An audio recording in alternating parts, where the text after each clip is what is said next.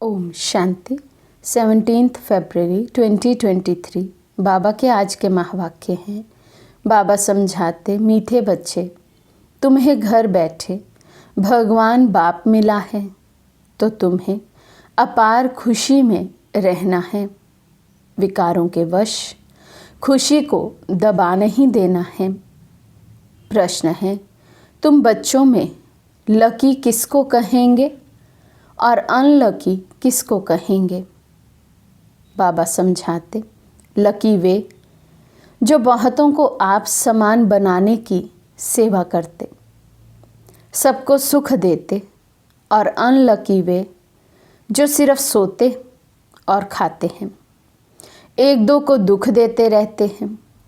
पुरुषार्थ में कमी होने से ही अनलकी बन जाते हैं।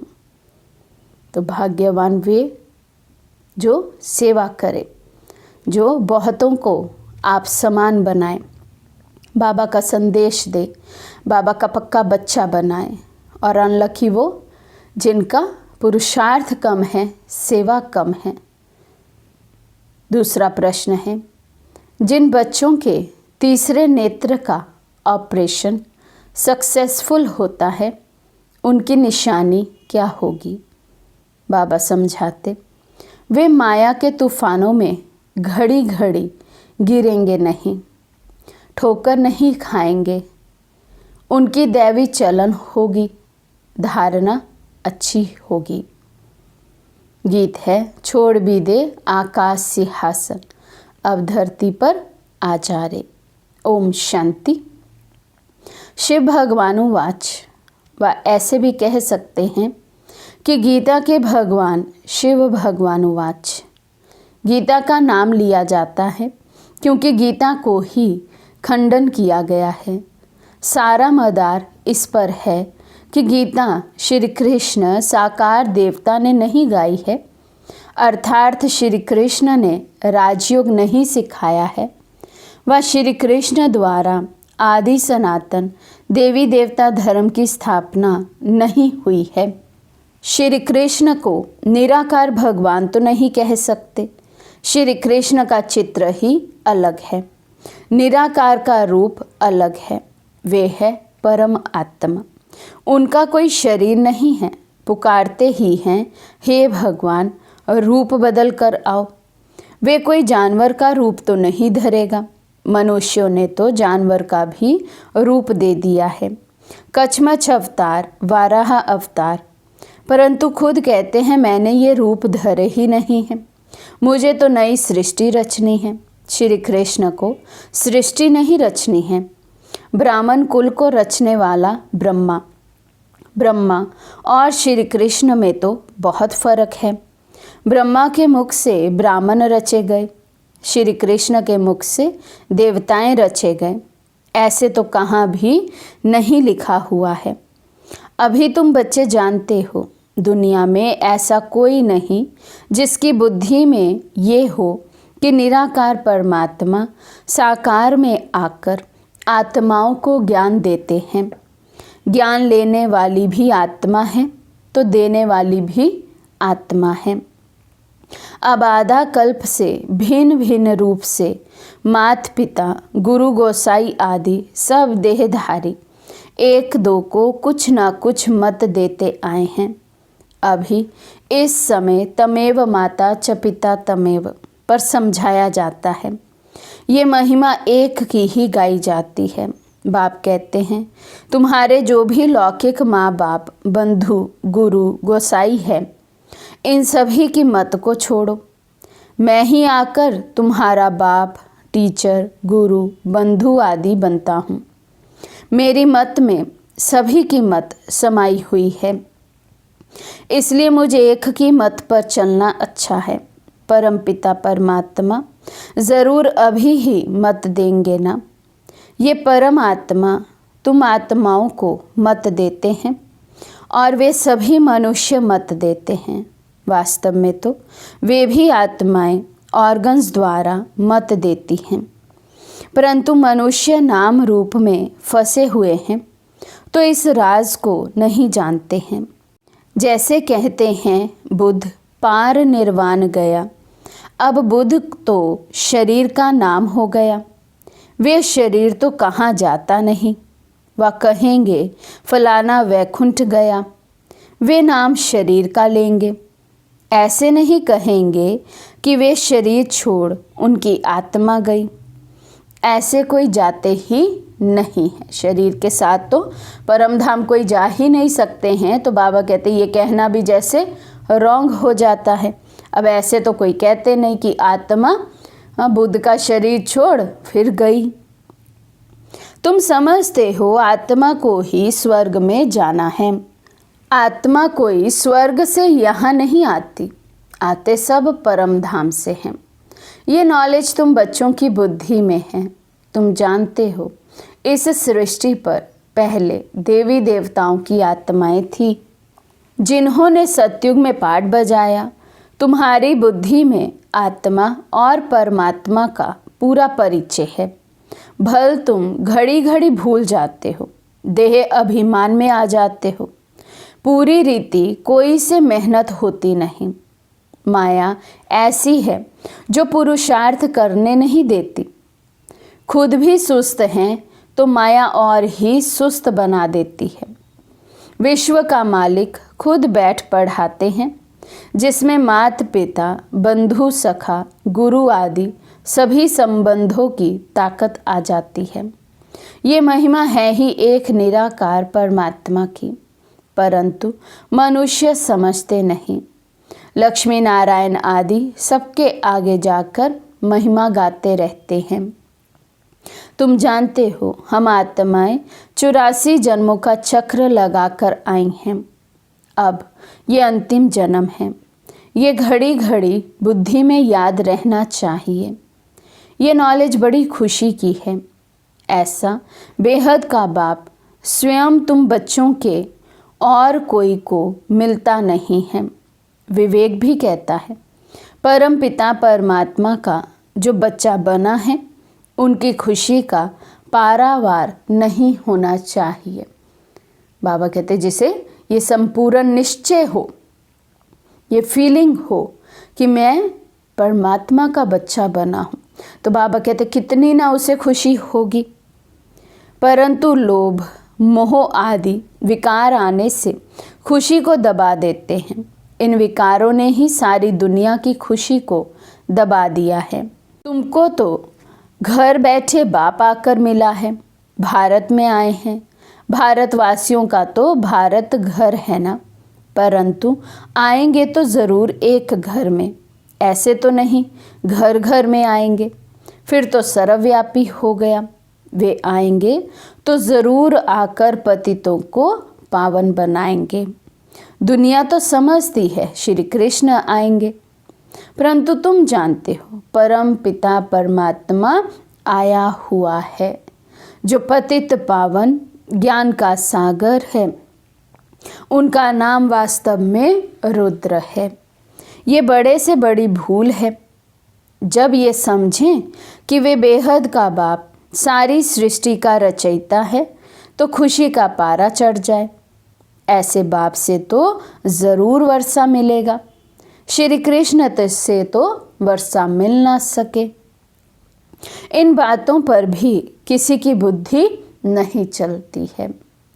दुनिया तो सारी शूद्र संप्रदाय है। ब्राह्मण भी सिर्फ कहलाने मात्र हैं। जो दुनियावी ब्राह्मण हैं, कुख वंशावली ब्राह्मण हैं, बाबा कहते वे एक भी केवल नाम के ब्राह्मण, कहलाने लायक ब्राह्मण नहीं। तो ना तो ब्रह्मा को जानते, ना ही ब्राह्मण सत्य ब्राह्मण कौन है उन्हें जानते। तुम ब्राह्मण जब विचार सागर मंथन करो तब औरों को भी परिचय दे सको। श्री कृष्ण को तो सब जानते हैं, सिर्फ कोई कहते राधे कृष्ण स्वर्ग के हैं, कोई फिर द्वापर में ठोक देते। ये भी मूंझ कर दी है। ईश्वर तो ज्ञान का सागर है। तुम ईश्वरीय संप्रदाय में ही ज्ञान आ सकता है। तो बाबा कहते जो ईश्वर के बने, ईश्वरीय संप्रदाय के बने, उन्हीं में ये ज्ञान आएगा। आसुरी संप्रदाय में ज्ञान कहाँ से आया? भल गाते भी हैं पतित पावन, परंतु अपने को पतित समझते नहीं, स्वर्ग को तो बिल्कुल जानते ही नहीं, सिर्फ नाम मात्र कहते हैं।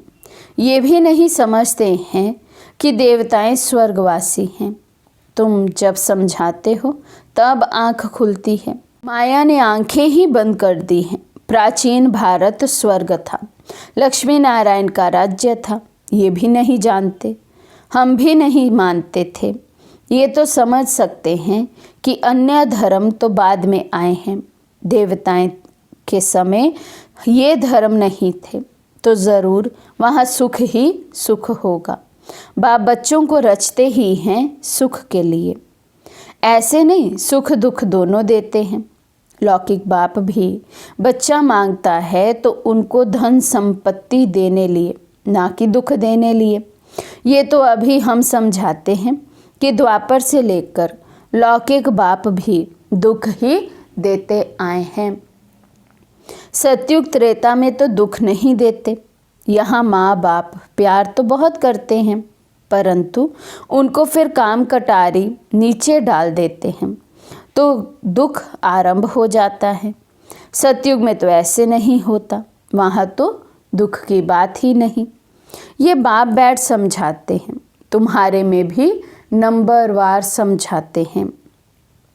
तुम्हारा ये ज्ञान योग से ऑपरेशन हो रहा है, परंतु कोई का सक्सेसफुल होता, कोई का नहीं होता। जैसे आँखों का ऑपरेशन कराते हैं तो कोई की ठीक हो जाती है, कोई में थोड़ी खराबी रह जाती है, कोई की आंखें बिल्कुल खराब हो जाती है।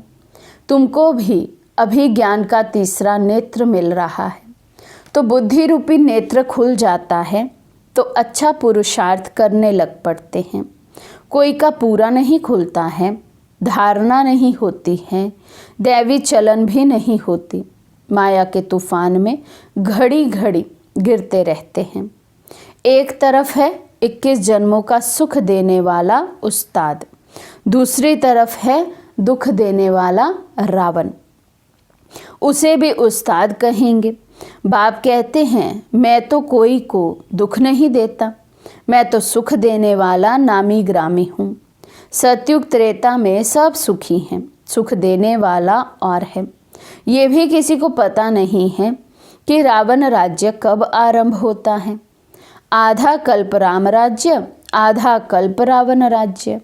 ये है राम राज्य और रावण राज्य की कहानी। परंतु ये भी कोई की बुद्धि में मुश्किल बैठता है। कोई तो बिल्कुल जड़ी भूत अवस्था में है जो कुछ भी नहीं समझते। जितना मनुष्य पढ़ते हैं उतना मैनर्स भी आते हैं, दबदबा रहता है। हमारा फिर गुप्त दबदबा है। आंतरिक नारायणी नशा चढ़ा होगा तो वर्णन भी करेंगे, औरों को समझाएंगे। ये पढ़ाई तो राजाओं का राजा बनाने वाली है। कांग्रेसी लोग तो राजाओं का नाम सुनकर गर्म हो जाते हैं, क्योंकि पिछाड़ी के राजाएं ऐसे बन गए हैं। परंतु ये भूल गए हैं कि आदि सनातन देवी देवताएं राजा रानी थे। अभी तुम फिर बाप से शक्ति ले 21 पीढ़ी राज्य भाग्य लो। ये सत्यनारायण की कथा तो मशहूर है, परंतु वेदवान आचार्य भी नहीं जानते। गीता का कितना आडंबर बना दिया है। लाखों सुनते हैं परंतु समझते कुछ भी नहीं है। अब इन विचारों को कौन सुजाग करे? ये तुम बच्चों का काम है, परंतु बहुत थोड़े बच्चे हैं जो औरों को सुजाग कर सकते हैं।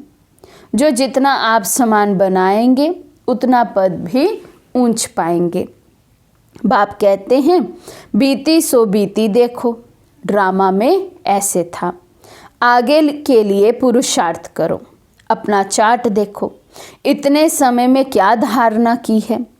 कोई 25-30 वर्ष के हैं, कोई 1 मास, कोई 7 रोज के बच्चे हैं, परंतु 15-20 वर्ष वालों से गैल्प कर रहे हैं। वंडर है ना? या तो कहेंगे माया प्रबल है, या तो ड्रामा पर रखेंगे, परंतु ड्रामा पर रखने से पुरुषार्थ ठंडा हो जाता है। समझते हैं हमारे भाग्य में नहीं है। तुम सब लकी स्टार्स हो। तुम्हारी भेंट ऊपर के स्टार्स से की जाती है। तुम सृष्टि के सितारे हो। ये तो सिर्फ रोशनी देते हैं। तुम तो मनुष्यों को जगाने की सेवा करते हो, दुखियों को सुखी बनाते हो। मनुष्य इन सितारों को नक्षत्र देवता कहते हैं। सच्चे देवता तो तुम बनते हो। उन सितारों को देवता कहते हैं क्योंकि वे ऊपर रहते हैं, परंतु देवताएं कोई ऊपर नहीं रहते। रहते तो इसी सृष्टि पर है, परंतु मनुष्यों से ऊंच जरूर हैं। सबको सुख देते हैं। जो एक दो को दुख देते हैं उनको थोड़े लकी स्टार कहेंगे। लकी और अनलकी इस समय हैं। जो आप समान बनाते हैं उन्हें लकी कहेंगे। जो सिर्फ सोते और खाते हैं उनको अनलकी कहेंगे। स्कूल में भी ऐसे होते हैं, ये भी पढ़ाई है। बुद्धि से काम लेना पड़ता है। राधे कृष्ण को 16 कला लकी कहेंगे। राम सीता 2 कला कम हो गए। सबसे नंबर 1 लकी लक्ष्मी नारायण हैं। वे भी इस पढ़ाई से ऐसे बने हैं। पुरुषार्थ में कमी करने से अनलकी बन पड़ते हैं। तुमको तो बाप खुद पढ़ाते हैं। तुम स्टूडेंट ही गोप गोपियाँ हो। वास्तव में ये अक्षर सतयुग से निकला है। वहाँ प्रिंस प्रिंसेस खेल पाल करते हैं, तो प्रिय नाम गोप गोपियाँ रखा है। श्री कृष्ण के साथ दिखाते हैं। बड़े हो जाते हैं तो गोप गोपियाँ नहीं कहा जाता है, होंगे तो सभी प्रिंस नाम। कोई दास दासियाँ व बाहर के गावड़े के लोगों से तो नहीं खेलेंगे। महल में बाहर वाले तो आ ना सके। श्री कृष्ण बाहर जमुना आदि पर नहीं जाते हैं, पहले महल में ही अंदर खेलते हैं। भागवत में तो कई फालतू बातें बैठ लिखी हैं, मटकी फोड़ी आदि है कुछ भी नहीं। वहाँ तो बड़े कायदे हैं। तो बाप कितना समझाते हैं, कहते हैं श्रीमत पर चलो। इस समय तुमको सुख ही सुख मिलता है। उनकी कितनी महिमा है। सबके दुख कैंसल कराए सभी को सुख देते हैं। कहते हैं मामेकम याद करो। ये बाप आकर ना पढ़ाते तो हम क्या पढ़ सकते। नहीं, ये मोस्ट लवली बाप है। सबसे अच्छी मत देते हैं, मन मना भव। मुझे याद करो, स्वर्ग को याद करो, चक्र को याद करो। इसमें सारा ज्ञान आ जाता है। वे तो सिर्फ विष्णु को स्वदर्शन चक्र दिखाते हैं, परंतु अर्थ का पता नहीं। हम अभी जानते हैं कि शंख है ज्ञान का, जो निराकार बाप देते हैं। विष्णु थोड़े देते हैं, और देते हैं मनुष्यों को, जो फिर देवता अथवा विष्णु बनते हैं। कितना मीठा ज्ञान है, तो कितना खुशी से बाप को याद करना चाहिए। अच्छा, मीठे मीठे सिकी लदे ब्राह्मण कुलभूषण स्वदर्शन चक्रधारी बच्चों को याद प्यार, परंतु बच्चे स्वदर्शन चक्र चलाते बहुत थोड़ा हैं। कोई तो बिल्कुल नहीं फिराते। बाप तो रोज़ कहते हैं स्वदर्शन चक्रधारी बच्चे, ये भी आशीर्वाद मिलती है। अच्छा, मीठे मीठे रूहानी बच्चों को रूहानी बाप की नमस्ते। हम रूहानी बच्चों की रूहानी बाप दादा को दिल व जान सिकवा प्रेम से नमस्ते नमस्ते नमस्ते जी। धारणा के लिए मुख्य सार। फर्स्ट पॉइंट, एक बाप की मत में बाप, टीचर, गुरु, बंधु आदि की सब मतें समाई हुई है, इसलिए उनकी मत पर ही चलना है, मनुष्य मत पर नहीं। सेकंड पॉइंट, बीती को बीती कर पुरुषार्थ में गल्प करना है। ड्रामा कहकर ठंडा नहीं होना है। आप समान बनाने की सेवा करनी है। आज का वरदान है, शांति की शक्ति द्वारा सर्व को आकर्षित करने वाले मास्टर शांति देवा भव। शांति की शक्ति द्वारा सर्व को आकर्षित करने वाले मास्टर शांति देवा भव। जैसे वाणी द्वारा सेवा करने का तरीका आ गया है, ऐसे अब शांति का तीर चलाओ। इस शांति की शक्ति द्वारा रेत में भी हरियाली कर सकते हो। कितना भी कड़ा पहाड़ हो, उसमें भी पानी निकाल सकते हो। इस शांति की महान शक्ति को संकल्प, बोल और कर्म में प्रैक्टिकल लाओ तो मास्टर शांति देवा बन जाएंगे। फिर शांति की किरणें विश्व की सभी आत्माओं को शांति के अनुभूति की तरफ आकर्षित करेगी और आप शांति के चुंबक बन जाएंगे। स्लोगन है, आत्म अभिमानी स्थिति का व्रत धारण कर लो तो वृत्तियां परिवर्तन हो जाएंगी। आत्म अभिमानी स्थिति का व्रत धारण कर लो तो वृत्तियां परिवर्तन हो जाएंगी। अव्यक्त इशारे, आप सबका पहला व्रत व प्रतिज्ञा है कि मन, वाणी और कर्म में पवित्र रहेंगे। एक बाप दूसरा ना कोई, ये व्रत सभी ने लिया है, तो सदैव इस व्रत को स्मृति में रखो। स्मृति से कभी वृत्ति चंचल नहीं होगी। प्रवृत्ति, परिस्थिति व प्रकृति के कोई भी विघ्नोवश नहीं होंगे। अच्छा, ओम शांति।